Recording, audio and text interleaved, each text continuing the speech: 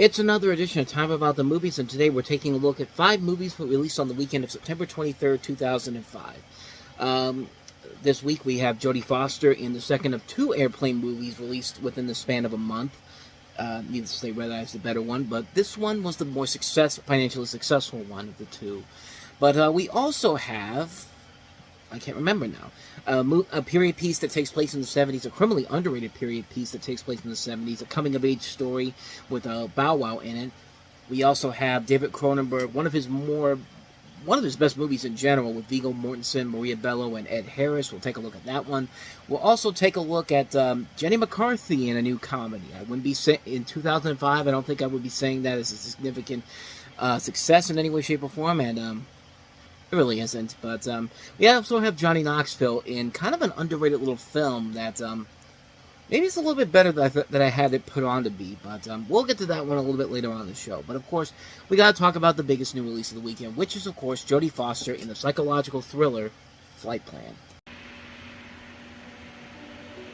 Mommy, did you make that plane? Yeah, it's brand new. It's got 2 stories. There's 7 galleys. There's crew quarters. It's the biggest. All right, 26.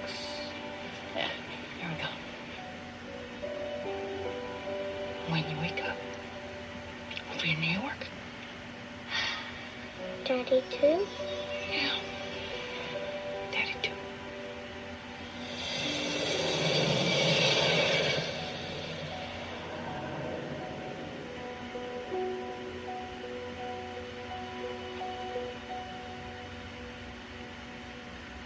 Did you happen to see a little girl go by here? No. I'm looking for my daughter. She's 6, my daughter. I was carrying her. She has sandy hair. Probably carrying a chenille bear. Looking for my daughter. Does anybody remember seeing the girl? No, sir. What aren't you telling me? What aren't you telling me? I'm sorry, but I don't think that she's here. Ma'am, we don't have any record of your daughter ever having been on board. In fact, you're not even on an airplane right now. You're actually stuck in a mental institution in a padded cell because of how crazy we think you are. I mean, that's literally what they're treating this woman like in this movie, but doesn't help that this movie's pretty fucking stupid when you really look at it in the long run. You have Jodie Foster in this, starring as a recently widowed American aircraft engineer living in Berlin who flies back to the U.S. with her daughter and her husband's body. She loses her daughter during the flight and must struggle to find her while proving her sanity at the same time. And, sounds like an intriguing premise overall. I mean, this sounds like a movie that could work. Jodie Foster doesn't usually pick bad movies in general. And even when she does, she's usually not the worst thing about it. But, if I had to pick one of Jodie Foster's worst movies, this one's probably it right here. Because, man, this movie is so generic, so bland, and you can easily predict what's going to happen as soon as you see specific characters that come into play here. Yeah, this is a bad movie. This is a really, really bad movie, a really lazy movie that doesn't take the promise that it has with that plot and the mystery aspect of it. It does absolutely nothing with it in general. It just gives you a schlocky, been there, done that psychological thriller with a stupid twist ending that really makes no sense whatsoever, and is so generic and so bland that it comes completely out of nowhere, and just feels like something we've seen done to death so many times beforehand. And the fact that this movie was setting this mystery up so well, and for it to go down that pathway, it's like, come on, man, like, it's so stupid. It's such a terribly written movie. I expect better from Jodie Foster. She's made much better movies than this garbage. And, you know, I didn't think she'd reduce herself to this kind of a low, but, idiots bought into it. It was a massive success at the box office, but, yeah, needless to say, if you want the better airplane movie that came out in 2005, Red Eye is definitely the movie to go to. That's a much better mystery, a much better thriller aspect. That's a much better movie in general compared to this garbage right here. Flightplan is a terrible, terrible movie. I hate this movie so much. Yeah, avoid it like the plague. So, let's go ahead and get some good movies. Starting off with probably the most underrated movie that we have on this particular weekend show, and that is Roll Bounce. Wow, Charlie Pride, Matt Gaps, Charlie Murphy, Alita Smith, Wesley Jonathan, Megan Good, Rick Gonzalez, Nick Cannon. Dig that. On September 23rd, one movie will have you dancing in your seat. I'm a fan of this here flow, you did? Feel love. Roll Bounce. Tame that big wild kingdom. I handle that cat. Rated PG-13. Starts Friday, September 23rd. pay no attention to the fact that the trailer for that actually has Rihanna's Pon de Replay in there. And coincidentally, funny enough, this movie actually has a lot of 80s and 90s slang in it, even though this takes place in 1978. But what's very interesting about this particular movie is the fact that, you know, when this movie first came out, they actually donated 10% of the movie's opening weekend to the victims of Hurricane Katrina. So that was kind of impressive that they were able to do that for this movie. It really has nothing to do with the hurricane in general, but I mean, they really put some money back into to fixing the damage from Katrina, which was extensive back in the day. But yeah, this is kind of the opposite of what happens with the movie like Venom, like we had the last time around. Like, this is a film that, you know, and it's a really good film too. It's a really damn good movie. Essentially, the plot of the movie is that I don't even think this is really that good of a plot. I'm reading right here from IMDb editors, but I'll try to read it as best as I can. 1970s roller skate jams fuels this coming-of-age comedy as X and his friends who rule the local rink are shocked when their home base goes out of business. Headed over to Sweetwater Roller Rink, they find the modest talents are at first no competition for the trick skaters and pretty girls who follow them every move. Not really a great idea to sum up with the plot in general, but it gives you kind of an idea of what the movie is about, and the cast is pretty damn spectacular. You got a lot of really good talent in there, you know. Bow Wow, Chi McBride, Mike Epps, Kalita Smith, Megan Good, Nick Cannon. They don't mention Journey Smollett in here. Brandon T. Jackson, Rick Gonzalez, Wayne Brady, Charlie Murphy. A lot of really good talent in this movie. Directed by Malcolm Lee, who, for the most part, has made a lot of really good movies that we've talked about beforehand. He made The Best Man movies, which are really good. Undercover Brother, which had a lot of promise to it. Didn't really completely work all the way through, but still worked enough to say it's okay. Welcome Home, Roscoe Jenkins is a fun movie. Soul Man is a really good movie, one of Bernie Mac's last movies. The worst thing I see that he's ever directed was Scary Movie 5, and even then, I feel like that was a movie he kind of took just because of the name recognition, but that's probably his worst movie overall. But everything else he's done, you know, Barbershop The Next Cut's really good, Girls Trip, Night School, Space Jam: A New Legacy. He's made a lot of good movies overall, and this is definitely one of his more underrated movies. It's a very good movie. You know, it has a lot of really cool moves inside of it. You know, the cast is very good. The comedy does work very well, and it does, you know, despite the fact that it does have a lot of things that are completely out of the decade in general, it does a very good job of handling everything in a way that's very well done, very well put together. It's a really good movie. It's a really great film that I do think is very underrated. Does not get the proper respect it deserves. It's definitely worth checking out. If you like Malcolm D. Lee's movies, you'll definitely really get a kick out of this film in general. I think this is a really good movie. Definitely deserves a lot more attention than it has right now. Definitely check it out. Robots. So let's go ahead and move on to another great movie that came out this weekend. David Cronenberg's A History of Violence. Close enough, fellas. I do know that. You're the big hero. Joey, your name is Tom. Your name is Joey Cusack. You're from Philly. What's going on? I thought that was somebody else. Who's this some real bad man? None of this makes any sense. Tom is who he says he is. Why don't you ask Tom? How come he's so good at killing people? A History of Violence, rated R. Starts Friday. Believe it or not, this is actually based off of a DC property. Technically not officially DC, but it's from one of their imprints, Vertigo, who also gave us The League of Extraordinary Gentlemen, and also V for Vendetta, which was also, I believe, was one of their imprints as well. But this is based off of a 1997 graphic novel by the creator of Judge Dredd, John Wagner. And in this film, you have Tom Stahl, played by Viggo Mortensen, who's a humble family man and owner of a popular neighborhood restaurant, living a quiet but fulfilling existence in the Midwest. One night, Tom foils a crime at his place of business, and to his chagrin, is plastered all over the news for his heroics. And following this, mysterious people following the Stahl's every move, concerning Tom more than anybody else. As the situation is confronted, Moore looks out over when all these occurrences have stemmed from compromising his marriage to his wife, Maria Bello, family relationships, and the main character's former relations in the process, including Ed Harris, who's a scarred gangster, who alleges that Tom is actually a gangster named Joey Cusack, who has dealings with him in the Irish mob in Philadelphia many years ago. And it's a really good movie. It's one of those movies that's such a fascinating character study of Viggo Mortensen's character in this. is he really who he says he is? You know, is Harris's character actually telling the truth about who Tom really is? We don't know at the beginning, but as the film progresses, we get invested in finding out the truth about what this character is about. Who really is telling the truth? This guy, or is Viggo Mortensen trying as best as he can to lay low and pretend like this is nothing, this is complete BS? It's also an incredibly very different take for David Cronenberg, who spends much of his career screwing around with his audience the way he does. You know, stuff like The Fly, Naked Lunch, Videodrome, Scanners, Crash, Existence. It's the first movie where he actually does handle a plot very seriously that doesn't involve some fucked up shit being thrown around at its audience, because, as we all know, that's basically what his early stuff was like, as The Simpsons hilariously point out with Naked Lunch, you know, the kids coming out of the movie theater and going like, I can think of at least 2 things wrong with that title.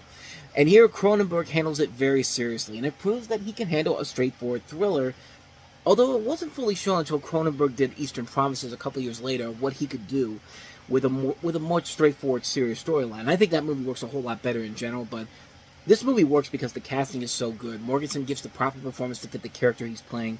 We don't know if he's who he says he is, or if he's who's the gangster says he is. And Mortensen does a great job of not making it simple to figure out, and makes you, the viewer, guess throughout the course of the film. Ed Harris is very good too, giving this very sinister performance as the gangster who accuses Mortensen for not being who he says he is, and really is the highlight of the film, delivering a nicely handled mix of between James Spader's Raymond Reddington from The Blacklist and Anthony Hopkins' Hannibal Lecter from The Silence of the Lambs to make this sinisterly scary performance. But as we've seen before, if you've seen the Rock outtakes, Ed Harris doesn't really have to do much to scare the people around him in the movie. I mean, watch those outtakes and watch how mad he gets when he's trying to do this line with the phone and all that. Like, it's downright, that's more terrifying than anything in this particular movie in general. But Maria Bello, I think, also gives a really good performance in this, and William Hurt is good for the little bit he's in. Out of the performances in the film, he's really not in the film all that much, and yet out of all the actors, he's the one that gets the Oscar nomination for Best Supporting Actor. Not to say that Hurt was bad in the movie, but I thought Ed Harris was overall the best thing about the film. I think he should have gotten the nomination over Hurt, but to Hurt's credit, he's very good in the movie because it's William Hurt. The guy doesn't usually turn in a really bad performance. The action sequences are very good. The music by Howard Shore is nicely done. If there's one thing that I think kind of hurts the movie in general, it's another one of those movies that kind of ends on an unfinished note. Like, I can't stand that in movies when the movie just ends on an unfinished note for no reason whatsoever, except to tease a sequel that will never happen. I mean, even the graphic novel had an ending that made sense to it. Like, it wasn't like the ending was all that bad, but it just got on my nerves, and it's why I can't really say that this is one of the greatest movies of all time, like a lot of people say with this film in general. But what I can't say is that... Stupid pop-ups. What I can say about this movie, as I get back on track here, is that A History of Violence is a really intense, well-handled, well-written, well-acted, and well-directed action thriller with a lot of suspenseful twists and turns, and makes it an interesting character study for its main character. It begs the question, how well do you really know somebody, and how do you know if they are who they say they are?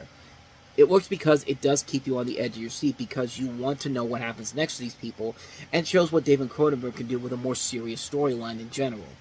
If the ending had been better, this probably would have been one of the greatest movies ever made, but as it is, a really good movie. I would highly recommend it. So we had a couple good movies there. Now let's get back to some crap. How about Jenny McCarthy in a new movie in 2005? Because clearly that means quality, right? Here's Dirty Love.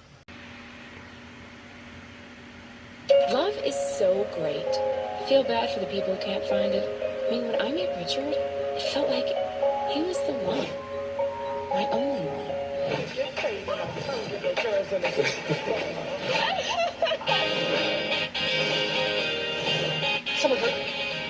Someone ripped your heart out trying to go badminton with it. Rebecca just got dumped. Nothing in the world could feel this pain.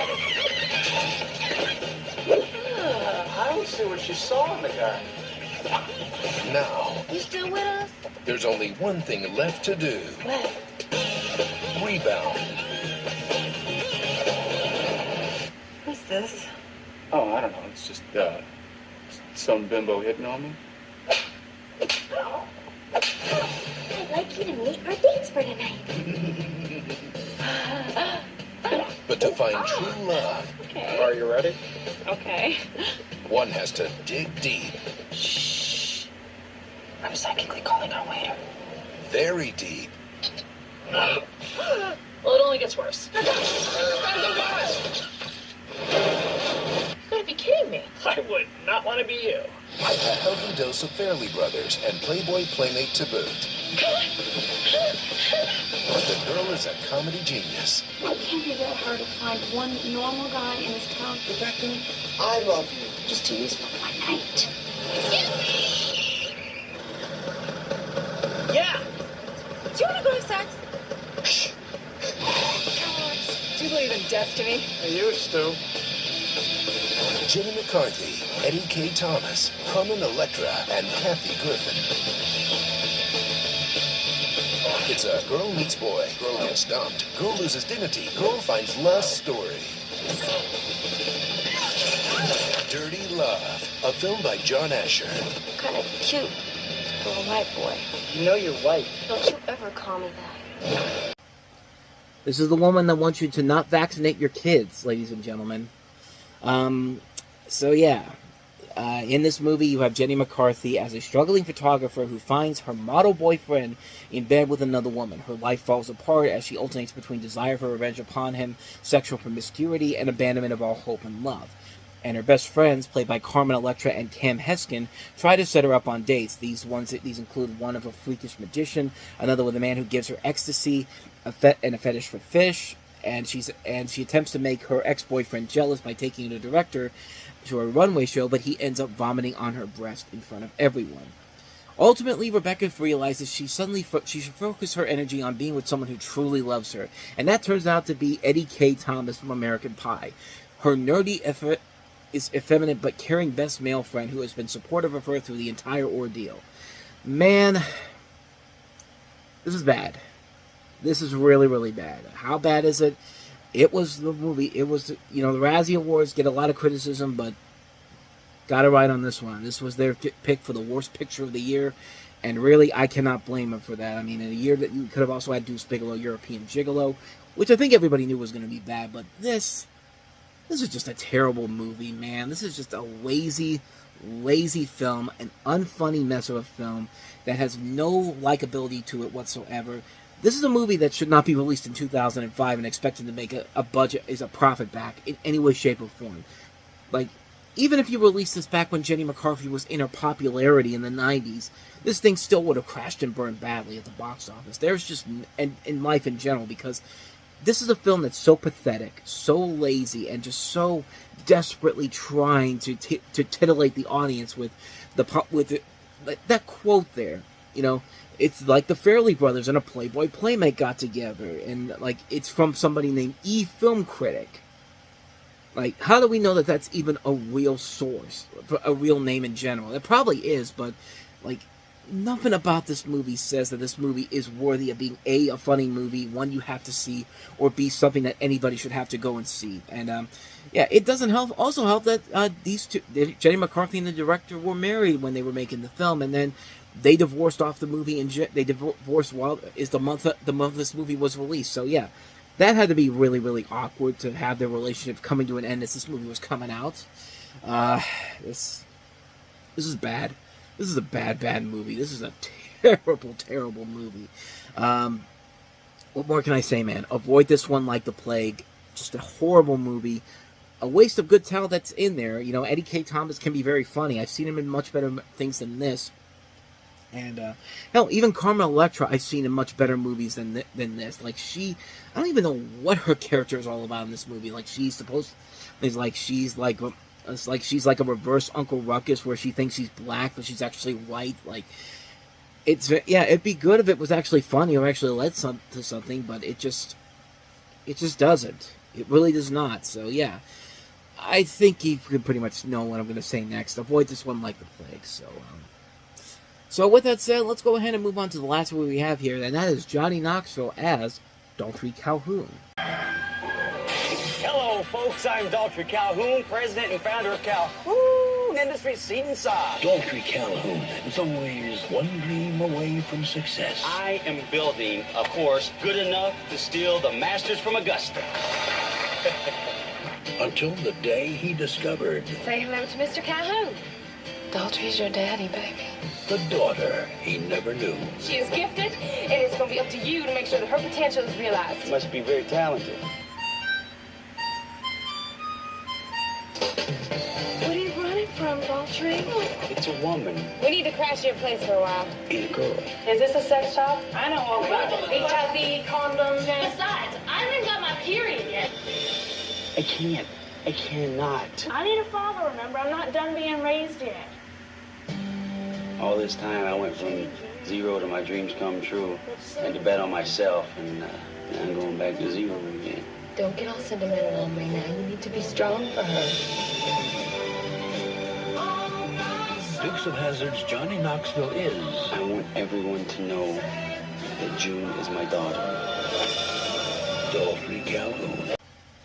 Yeah, certainly not the movie I was expecting when you look at the poster for it. It just looks like one of those comedies that you expect Johnny Knoxville to be in. But, it's actually much more complicated than it is, and, I can't really say it's a good movie, but it definitely feels a lot different than I was led on to believe. But you have Johnny Knoxville playing a seed-and-sod entrepreneur who's a local celebrity who makes a name for himself by selling locally produced turf to many of the nation's most exclusive golf courses, and his TV spots are well-liked by viewers across town. Daltry's ex-girlfriend, played by Elizabeth Banks, arrives unannounced with their teenage daughter, a 14-year-old musical prodigy. She confides that her terminal illness had forced her to seek him out in hopes that he can care for the daughter after she's gone. And despite the early successes of Daltry's business and the popularity of his commercials, his career has become unstable and he's forced to liquidate his assets in hope of salvaging what he can. Now faced with much adversity, Daltry vows to make up for lost time by doing right in the eyes of her family and community by caring for his distant daughter, and all the while getting his business back on track. This movie did not feel like that. When I first heard about this movie, I did not think that we were going down this dramatic route. But man, I thought this was a movie about a guy who runs a milk company. That's what I literally thought of when I see the poster for this. Because I remember seeing the poster for this and thinking, this has got to have something to do with like milk, right? Like this guy works in milk and all that.